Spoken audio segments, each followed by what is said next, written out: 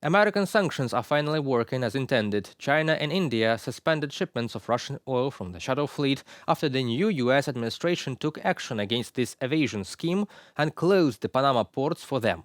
With a maximum pressure campaign, US President Donald Trump may be poised to deliver the financial blow that forces Vladimir Putin to negotiate. Just a week into his presidency, Trump has hinted at his approach to Russian sanctions. In a recent Truth Social post, he called on Putin to settle now and stop this, I quote, ridiculous war. He warned that failure to reach a deal would leave him no other choice but to impose harsh taxes, tariffs, and sanctions on Russian exports to the US and other countries. This direct threat not only targets the Kremlin but also nations still engaged in trade with Russia. Trump's history shows he is no stranger to economic coercion. His administration previously leveraged sanctions against Iran, Venezuela, and North Korea.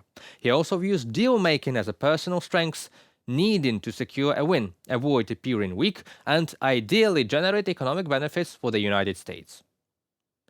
After 3 years of escalating sanctions by Ukraine's allies, Russian economy is feeling the strain. High inflation, stagflation, and a worsening economic outlook. Yet Moscow continues to sustain its war machine largely through oil revenues.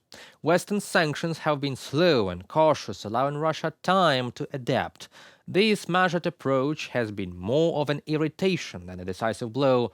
Trump, however, appears ready to change that dynamic. He recognizes that Russia's Achilles heel is its own exports, because to provide the lifeline for the Kremlin's war effort.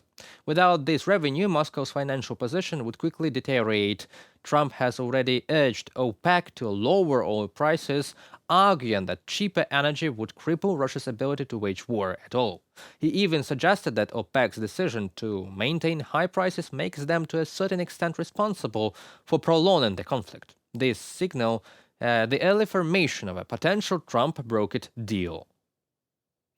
Trump's latest claims and actions suggested that he is prepared to unleash every economic tool at his disposal: sanctions, tariffs, and trade restrictions to target Russian oil sales.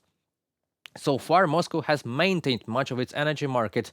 Aside from losing buyers among Ukraine's closest allies in the G7, Trump could launch an aggressive sanctions campaign aimed at isolating Russia further by pressuring other nations to cut ties.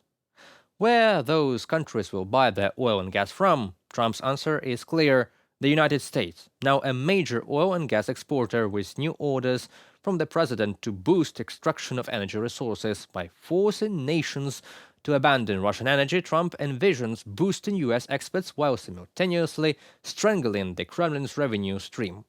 Peace and trade in his ultimate goal. As we can see, it is a goal for many nations in the world too, if it helps restore the rules-based world order and business as usual without dictators thinking they are capable of capturing the world with force.